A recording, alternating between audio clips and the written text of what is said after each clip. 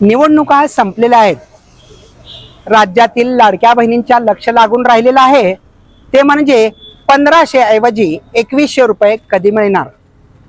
होय, त्याच बाबतीत 2100 रुपये मिळवण्यासाठी आता नव्यानं काय करावं लागणार, लाडक्या बहिणींचे 2100 रुपये कधी जमा होणार त्या बाबतीत आपण जाणून घेणार आहोत।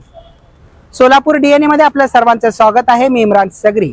जर आपण या चॅनलला सबस्क्राइब केला नसाल तर आत्ताच सबस्क्राइब करा आणि बेल आयकॉन देखील प्रेस करा।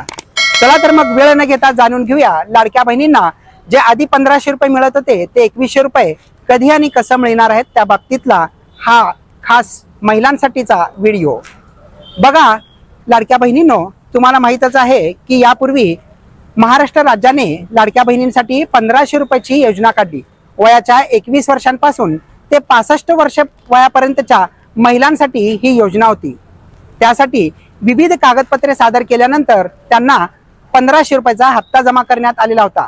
मात्र निवडणुका डोळ्यासमोर ठेवून महायुती सरकारनं लाडक्या बहिणींना 1500 ऐवजी 2100 रुपये देणार असल्याचं निवडणुकांच्या आधी घोषित केलं।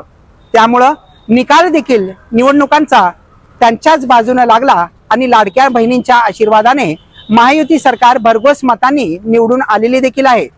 आता त्यामुळं तुमच्या नजरा लागलेल्या आहेत त्या 2100 रुपये आणि 2100 रुपयांच्या हप्त्यांवरती।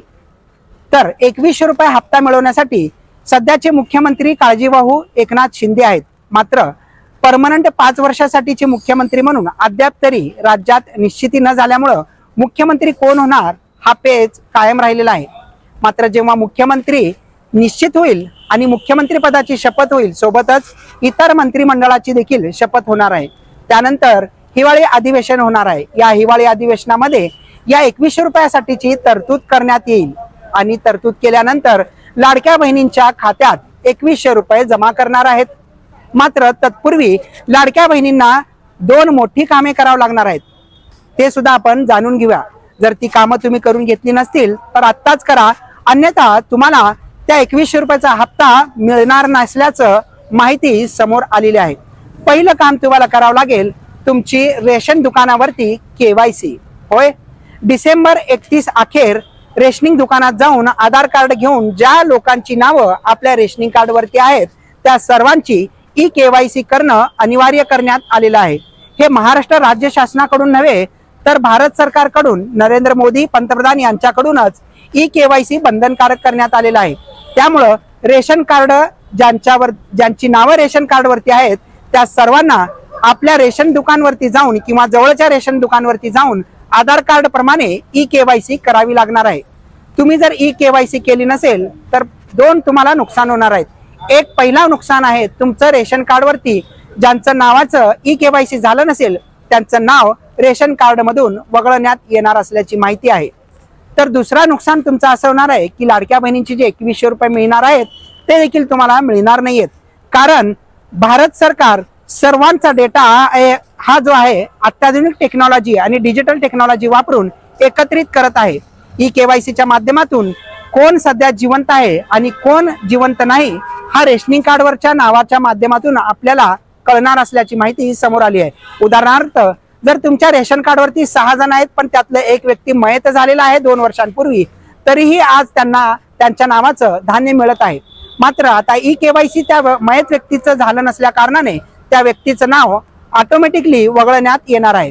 त्यामुळं जे जिवंत जे हयात आहेत त्यांचंच धान्य त्यांना मिळण्यासाठी या KYC चा फायदा होणार आहे। तर दुसऱ्या बाजूला जसं की लाडक्या बहिणीसाठीचा फायदा असा होणार आहे की आपण पाहिलंय की लाडक्या बहिणींसाठी आधार बेस्ड KYC करण्यात आलेली होती। आधार लिंक आणि सीडिंग ज्या बँकेत आहे त्याच ठिकाणी पैसे जमा होत होते। आता 2100 जमा होण्यासाठी सुद्धा रेशन कार्डावरची KYC गृहीत धरण्यात येणार आहे। हा झाला पहिला मुद्दा। त्यासाठी लाडक्या बहिणींनो तात्काळ तुम्ही राशन दुकानमध्ये जाऊन KYC करून घ्या।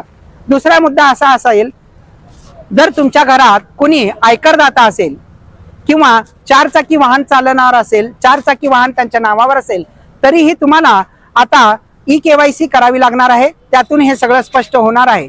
आणि ज्यांच्या नावाने 4 चाकी गाडी आहे, ज्यांच्या घरात आयकरदाता आहे, त्यांना सुद्धा आता पैसे मिळणार नसल्याचं समोर आलं आहे। म्हणजेच उदाहरणार्थ जर तुमच्या कुटुंबात 5 व्यक्ती राहतात, त्यातील एक सरकारी नोकर आहे आणि तो आयकरदाता आहे, तर त्याचा रेशन कार्डवरती नाव आणि तुमच्या रेशनिंग कार्डचं नाव एकाच रेशनिंग कार्डवर असतील तर तुम्हाला आता 2100 रुपये मिळणार नाहीयेत। त्यासाठी तुम्हाला संबंधित तुमच्या कुटुंबातील त्या सरकारी नोकरदाराचं रेशनिंग कार्ड तात्काळ वेगळं करावं लागणार आहे आणि तुमच्या कार्डावरती तुमचं नाव वेगळं ठेवावं लागणार आहे, जेणेकरून तुम्हाला 2100 रुपये सहजरित्या मिळणार आहेत। तर लाडक्या बहिणींनो, 2100 रुपयाचा हप्ता कसा, केव्हा आणि कधी मिळणार आहे आणि 2 महत्त्वाची कामं काय करावी लागणार आहेत ते आज आपण या व्हिडिओच्या माध्यमातून जाणून घेतलेलंच आहोत। तर तुम्हाला 2100 रुपये पाहिजे असेल तर ही 2 कामं नक्की करा आणि आमच्या चॅनलला सबस्क्राईब केलं नसेल तर पुन्हा एकदा सांगतो, चॅनलला सबस्क्राईब करा आणि बेल आयकॉन प्रेस करा। इथेच थांबतो, धन्यवाद।